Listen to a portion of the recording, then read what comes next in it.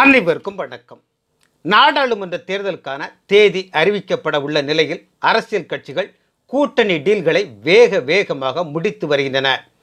பாஜக மற்றும் பாமகவுடன் அதிமுக கூட்டணி ஒப்பந்தம் செய்து கொண்ட நிலையில் திமுகவும் அதன் தோழமை கட்சிகளுடன் கூட்டணி ஒப்பந்தத்தை முடிப்பதற்கான பணிகளை தீவிரமாக்கியுள்ளது. இந்த நிலையில் அதிமுக பாமக இடையே ஏற்பட்ட டீலால் காங்கிரசுக்கு ஜாக்பாட் அடித்துள்ளது. எப்படி என்றால், பாமகவிற்கு இத்தனை சீட் என்றால் நாங்கள் தேசிய கட்சி, அதுவும் தமிழகம் முழுக்க பறந்து விரிந்துள்ள கட்சி, எனவே கண்டிப்பாக கூடுதல் சீட் தேவை என்று திமுகவிடம் கோரிக்கை வைக்கப்பட்டதாம். இதையடுத்து கடந்த 4 நாட்களாக டெல்லியில் வைத்து கூட்டணி பேச்சுவார்த்தையை முடித்த திமுக காங்கிரசுக்கு ஒரு வழியாக 10 தொகுதிகளை ஒதுக்க முன்வந்துள்ளது. உண்மையில் சிங்கிள் டிஜிட்டில் தான் காங்கிரசுக்கு சீட் ஒதுக்கி வைத்திருந்தார் மு.க.ஸ்டாலின்.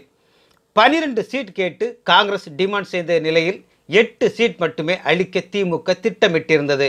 இதனிடையே பாமகவிற்கு அதிமுகவில் 7 சீட் பிளஸ் ஒரு ராஜ்யசபா சீட் அளிக்கப்பட்டதால் மு.க.ஸ்டாலின் தனது முடிவிலிருந்து சற்று இறங்கி வந்தாராம்.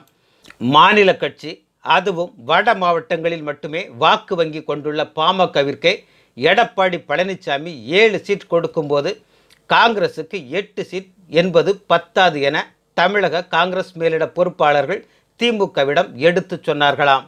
இதையடுத்து சரி 10 ஓகே என ஸ்டாலின் தரப்பில் உறுதி கொடுக்கப்பட்டதால் பேச்சுவார்த்தை இனிதே முடிந்துள்ளதாம். ஏற்கனவே காங்கிரஸ் விருப்ப தொகுதிகளின் பட்டியல் திமுகவிடம் உள்ளதால் இன்று கூட்டணி ஒப்பந்தத்தில் கையெழுத்திடும் வைபவம் அறிவாலயத்தில் நடக்க உள்ளதாம்.